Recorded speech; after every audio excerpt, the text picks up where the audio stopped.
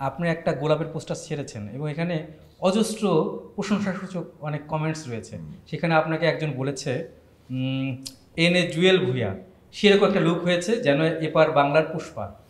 এই যে আপনাকে কমেন্টস করেছে মানে গোলাপ, খান সাহেব লিখেছে খেলা হবে, তারপরে বলেছে গোলাপ তো জেলে যতটুকু জানি, গোলাপ তো জেলে যতটুকু জানি, আচ্ছা, মানে ওইটা ওটা অন্য কথা বলছে, এরকম অনেক কমেন্টস করছে, শুভকামনা জানাইছে, তার মানে সবই কিন্তু পজিটিভ আপনার হ্যাঁ, এবং বিষয়। আমার যেটা মনে হয় যে আমাদের যে প্ল্যানিংটা, সেই প্ল্যানিংটা একদমই সাকসেস। কারণ আমরা ওই যে যেই গল্পটা বলছিলাম যে 13 তারিখ শ্যুট করার পরে এই পোস্টারের আগে কিন্তু আরও 4-5 রকম পোস্টার মানে ফার্স্ট লুকের প্ল্যানিং হয়েছে। বাট আমরা ডিরেক্টর, আমি, আমাদের যে ডিজাইনার ছিল দিদার, ওরা সবাই মিলে যে প্ল্যানিংটা মানে করা, এবং এই 4-5 রাত না ঘুমানো।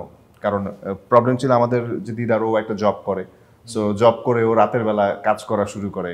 আবার দেখা যাচ্ছে ভাইয়া আমি আসছি, এসে শুরু করতেছে রাত 3টার সময়, 4টার সময়, 5টার সময়, ভাইয়া দেখেন কি হয়েছে। পরে আমরা আবার বসে একটা গ্রুপ কলে কথা বললাম যে এইটাকে এই চেঞ্জ করা, ওই করা, চেঞ্জ করা যায় কিনা।